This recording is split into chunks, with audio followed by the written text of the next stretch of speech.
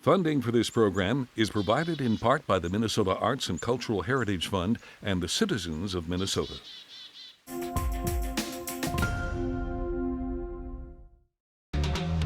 Our Town, the show about Rochester, learns about a new initiative from the Olmsted County Health Services. And we catch up with 125 Live ahead of the holiday season. We check out the new Boundless Space and Activity Center and get a rundown of community events. All that coming up next on Our Town, the show about Rochester.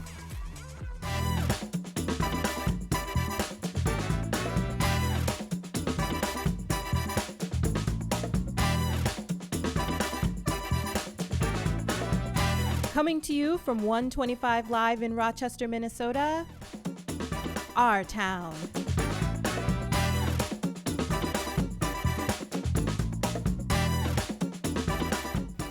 We are joined today by Ken Baerg, Director of Operations at 125 Live, here to tell us more about the food drive and ways to get involved as we head into this holiday season of giving.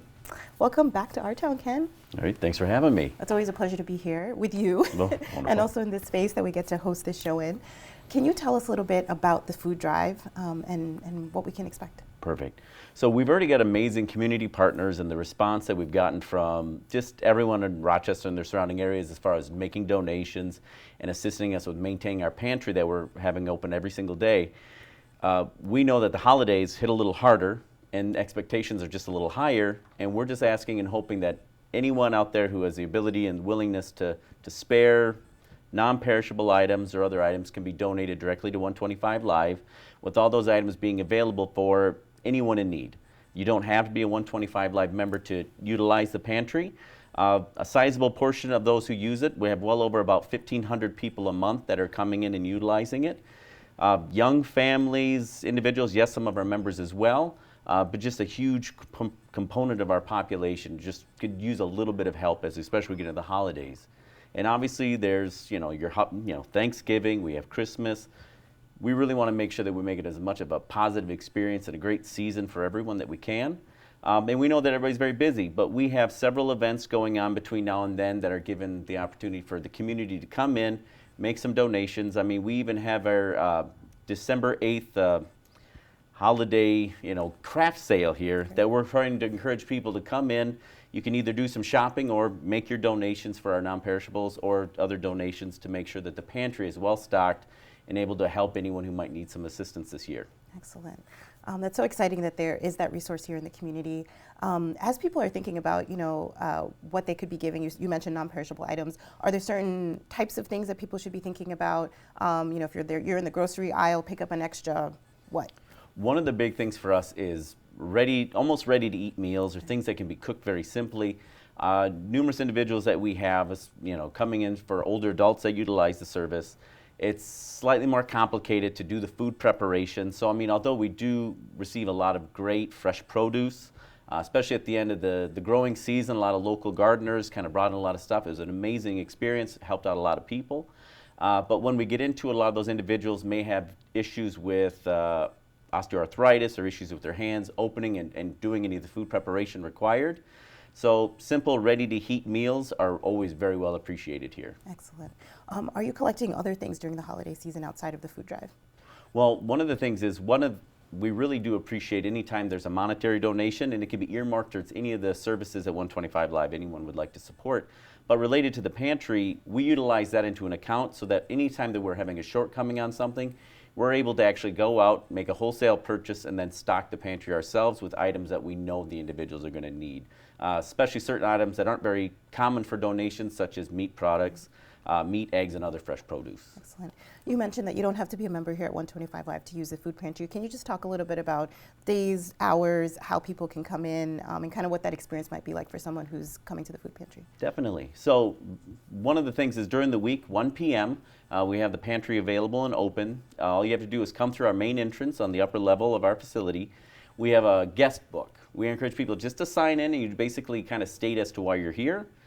Just allows our staff to know that if you're lost, it's your first time, they give you a little extra help finding your way down to the pantry. Once you get down there, we are entirely staffed by volunteers in that location. The volunteers are going to help you, acclimate you to some of the services, how much that you're allowed to take of certain items, and kind of help you get in and out, and easy and quick and simple. Excellent. As we're wrapping up here, how can people continue to stay in touch with what's going on at 125 Live with the food pantry and beyond? Well, obviously our website at 125livemn.org. We're reasonably active on several social media platforms, but we also do a newsletter. So if anyone's ever interested in what's coming up each week at a time, stop into our main desk. You can sign up for that newsletter, and every Sunday afternoon it gets delivered, and you can know what's going on in our facility, different opportunities for members and non-members, things that are free and open to the public as well. Wonderful. Thank you so much for joining us again, Ken, and thank you for all you do here at 125 Live. Great. Thank you so much for having me.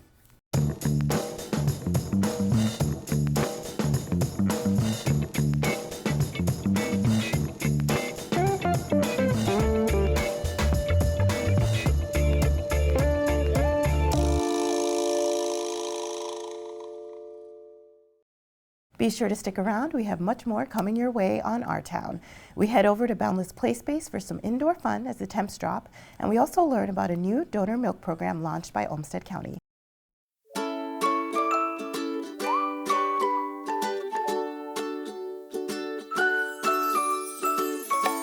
So as a group, a leadership group at SEMSO, we found that Rochester doesn't have a lot of indoor play spaces for winter activities for kids, and many that we have aren't accessible for individuals with disabilities. Our agency, we serve individuals with disabilities, and inclusivity and accessibility is really important to us. So we wanted to create a place where individuals with disabilities and without could play together year-round. We have a large play structure that is 2 levels, and we incorporated ramping so that individuals who use wheels, maybe a wheelchair or a walker or something like that, could access the areas of the play structure. We also have toddler play areas, early walkers, a musical area. We have a turf area for soccer balls and football, and we also have a full-size gym that can house volleyball, basketball, dodgeball, other types of gym activities. We also have what we call our cozy corner. It's kind of a small room that can be used for quiet activities. So if the play area is overstimulating to kids, there's a room that has quiet play like books and bean bags and cars and Legos, things like that. So in choosing playground equipment, we chose both slides that are made of plastic, but also metal, because the plastic slides create static for individuals with cochlear implants. Probably about half of them also have a transfer bench attached to the slide, so that individuals can have a chance to slide over and transfer back into their mobility device if they need to, while allowing access to the slide. We have an accessible seesaw that individuals can roll on in their wheelchair or their walker or whatever their mobility device may be from the play structure onto the seesaw so that individuals can seesaw together, and it's called the We Sway. We also have an accessible merry-go-round that is roll-on for individuals who have a mobility device so that they can merry-go-round with everybody. We also have another merry-go-round that has recessed seating, so individuals who may need to transfer and sit as they go around can merry-go-round with individuals who can maybe hang on or things like that. We really wanted to include pieces that individuals could play together, disability or not. We have a communication board here for individuals who are nonverbal so that they can communicate with their peers or their caregiver about some of their needs. We have daily, monthly, and annual options for individuals to enjoy Boundless. Individuals can book playtime. Coming this year, in the new year, we anticipate hosting birthday parties and things like that, so please check our website for more information. There's no age limit to playing at Boundless. We have a full gym that I expect will probably draw in some older kids, teenagers, adults to play basketball, volleyball. We have a toddler area that kind of serves those preschool, early walker kind of areas. Our main play structure is rated 5 to 12, but I imagine that, there will be some variety in ages there. It's a heartwarming opportunity for a lot of people where this does not exist anywhere else. So it feels good to be part of a group where this came from ideas to paper, to a hole in the ground, to to this building. It's been really rewarding to be a part of this project.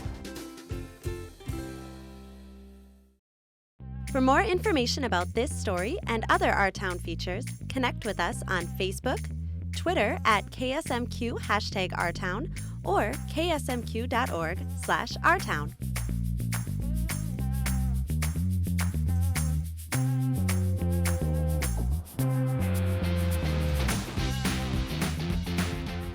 Hi, this is Nicole in for Danielle Teal with the Our Town Spotlight. I'm so excited to be joined today by Lori Banks of EA Therapeutic Health Services. Welcome to Our Town.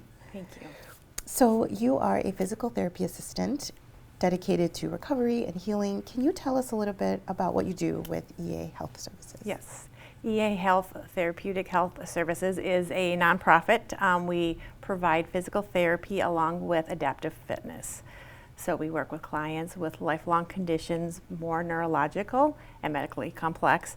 We pretty much individualize their goals of what they want to achieve, so they're person-centered, and we develop a plan for them to carry out lifelong for health and wellness. That's fantastic. It sounds really individualized and personal, as you said. You have this lovely tagline on the website that says, "We strive to reimagine therapy and fitness."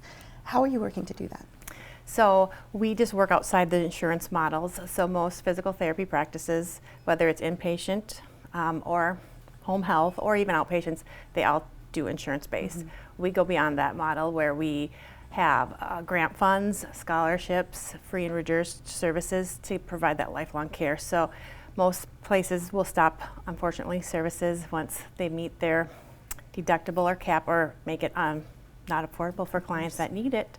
And so at EA, we provide that, eliminate that barrier, and provide that lifelong care. I'm sure it's life-changing, lifelong care, to have that access. It is very humbling, and to work with wonderful staff every day, but also the clients that do come in. And you see clients from across sort of ages and backgrounds. Can you tell us a little bit about some of those sort of age-based programs that you have? Yep, we do child services with physical therapy, and we also have a recreation therapy program. And so that is from birth all the way up to 18. And teens too is 13 to 18 as well, so we do some services with them. Adults is our 19 to our 35, and then we go all the way up to 99. So we see a variety. Excellent. Tell me a little bit about the gym, your gym space. Our gym is 5,000 square feet, and it is got state-of-the-art equipment. So some of the clients we see have spinal cords or muscular dystrophy, so it's accessible to all levels, whether they're mobile and independent, walkers, powered wheelchairs. We can get them out of their chair and get them in body weight harnesses to be able to walk and do those activities that they aren't able to do on their own. Awesome. As we're wrapping up here, how can people continue to learn more and just get in touch with you all?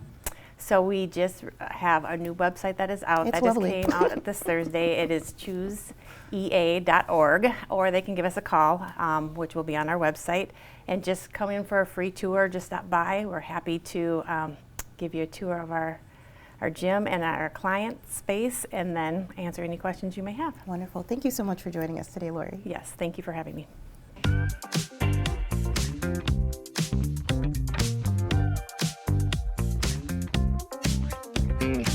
Hello once again, this is Michael Wojcik with your Our Town Rundown. This is going to be our final rundown for a little while, so as is tradition, I'm going to highlight a number of activities going on over the holiday season in our community. First up, the Polar Express is being put on by the Rochester Dance Ensemble, and that's going to be at Rochester Civic Theater from November 16th to the 19th. All four of our high schools have performing arts programs. They all put on plays typically this time of the year, and Mayo High School will be doing a high school musical, the Disney version, and that's going to be from November 16th to 19th too. And I highlight that one because it's highly likely it is going to sell out, and you'd be amazed at the quality that these kids across our community are delivering in the arts. Also going on, Festival of Trees. This used to be at Mayo Civic Center. Now it's at the Kaler Grand Hotel. That's going to be from November 24th to the 26th. Not necessarily holiday themed, but Dessa is cool. And Dessa is going to be back at the Chateau Theater on November 17th, performing with Lady Midnight. Also, just a few days later at the historic Chateau Theater, Eleanor Sievers, a local 16-year-old, will be having an album release celebration. That'll be going on from 5 to 7 p.m. If you're looking for a gift on December 1st and 2nd, the Rochester Public Library will be putting on a quality book and baked goods sales. Wrapping is free and donations go to the Rochester Public Library. A Christmas Carol the Musical will be going on at the Rochester Civic Theater from December 7th to the 23rd. And at the same time, at the Rochester Repertory Theater, they will have Winter Wonderland from November 24th to December 10th. For those of you that like Rochester City Council meetings, you may also enjoy WWE Wrestling on December 17th at the Mayo Civic Center. And one of the regional highlights this time of the year is the Mayowood Christmas Tours. You can get tickets for that at Olmsted History Center, and those are going to be $25 for adults, $10 for kids. It's an incredible opportunity. If you're local and you've never done it, you really should. Visitors love it, and locals should too. This has been Michael Wojcik, wishing you a joyous holiday season.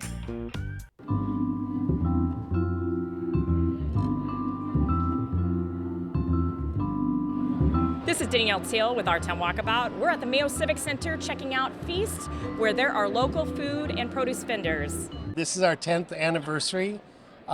We've been doing the show right here in Rochester all of those years, and just super excited. Over 400 businesses have come through our doors. Wow. Over the years, and some of them are BFFs. They've been here since day one, and some are brand new. So what is the intent behind this event? A multitude of purposes for this event. One is to simply raise awareness of the local food sector, particularly here in our part of the state. Another is to educate people about the importance of local foods. Most of the produce that is grown in this area is grown in an organic or sustainable agricultural way, and most of it on smaller plots of land where, on a small plot of land, people are turning it into a business that actually can support the family. So we think that's exciting. It's also a way of giving exposure to the exhibitors that come to this event every year. We have 80, 90 exhibitors every year, covering everything from sauces and syrups to cheeses and meats and beverage products, you name it. And then some networking. Perfect example, we were walking by Sailor Mercy. They make elderberry syrups, and right across the aisle from them is Blue Fruit Farm, and they are now sourcing elderberries from Blue Fruit Farm. And then right behind them is the Bee Shed, and they're sourcing honey from the Bee Shed, which is a Rochester-based company. So they start to kind of stack on each other, and that's the real secret to this local feast.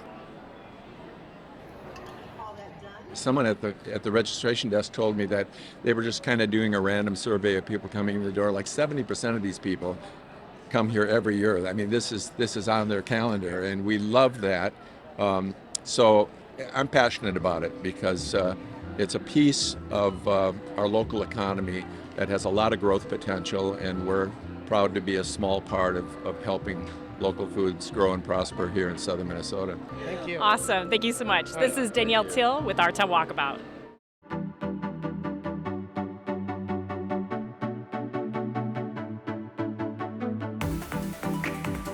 The county recently launched a new pasteurized donor human milk program for breastfeeding and chest feeding families.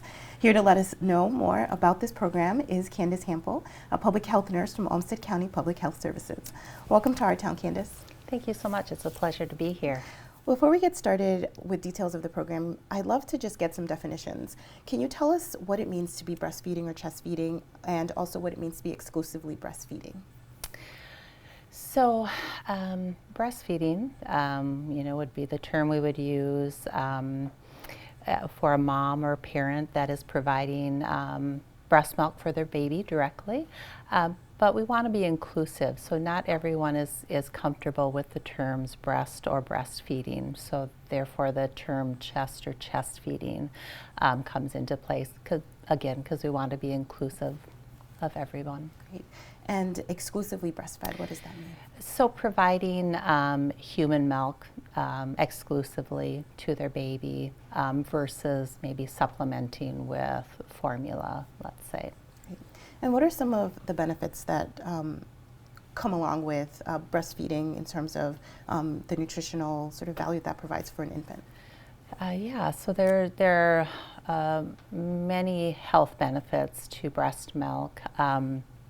both in terms of providing the nutrition that matches the baby's needs, but also health benefits that are short-term benefits, but also long-lasting benefits, such as lower risk for illness, respiratory illness, ear infections, long-term benefits for babies, just to name a couple, lower risk of obesity and diabetes, but these benefits also are for the mother as well, so lowering risk of breast cancers, ovarian cancers, diabetes, and so forth. So there's a multitude of benefits. Yeah, I know when I was first a mom, there were so many benefits that I was told about breast milk, but then I also realized the reality of there being challenges to being able to produce and provide that. So can you tell us about this donor milk program and what it's seeking to address? Yeah. So, our hope is to offer support and options for moms that are their goal is to provide breast milk exclusively for their baby versus needing to turn to perhaps like formula in the event that would be needed. Can you walk us through just the logistics of the donor program? Where is the milk coming from, and how can families access it? Yeah, great question. So we are working. We were given a grant from the Minnesota Statewide Health Improvement Partnership and the Minnesota Milk Bank for Babies. The milk comes from the Minnesota Milk Bank for Babies.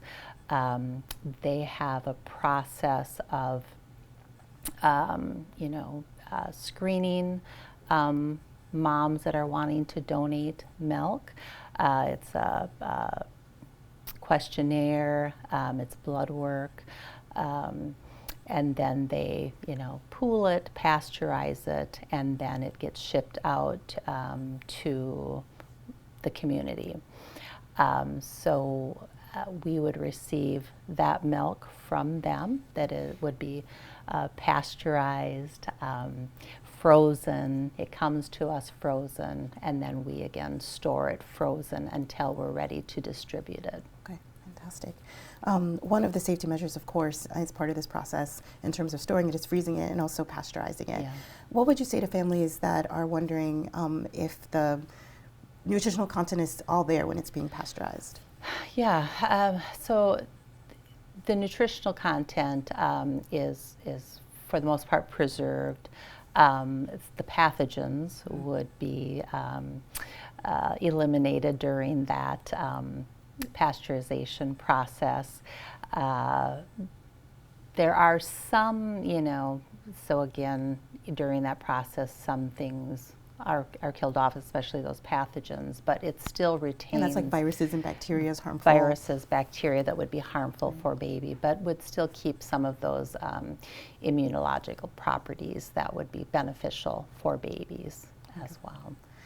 So how do families find out about this program, and how do they access the donation? For the bridge bags. For the bridge bags, to yeah. receive to receive it, yes. It's our pilot program. We're focusing right now on WIC participants and parents that are participating in the Healthy Children and Families program. So if they want, are interested, or they're working toward that exclusivity of breastfeeding or chest feeding their babies, and maybe need some extra resources or these bridge bags while they continue to work toward that, they can contact public health, the WIC program, or public health and Healthy Children and Families. We also have staff that are trained. We have peer counselors, we have certified lactation counselors, and we have IBCLCs, so to help also in helping mom to increase her supply while she's using these bridge bags so that she can, provide that milk. Exactly. So continuing to, having the bridge bag, that's the term, the bridge bag, the bridge bag, but also Right. these resources and services and people to continue to support through that process. Yes. Wonderful. Thank you so much for joining us, Candace, and thank you for all you do at Public Health. Thank you for having me. Thank you for joining us today. I hope you forgive my voice. I am battling a cold, and I hope you learned as much as I did today about all that's going on in our city and the wonderful people making it happen.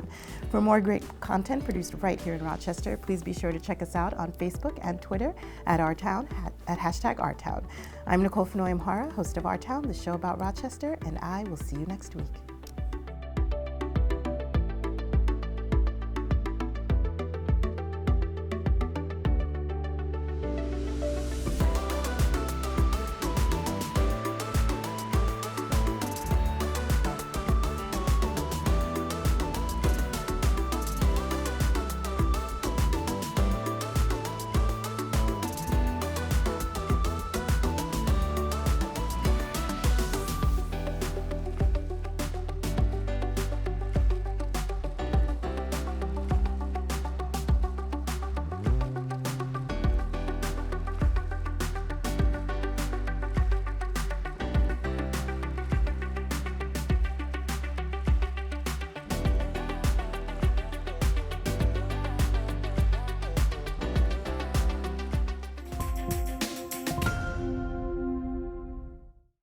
Funding for this program is provided in part by the Minnesota Arts and Cultural Heritage Fund and the citizens of Minnesota.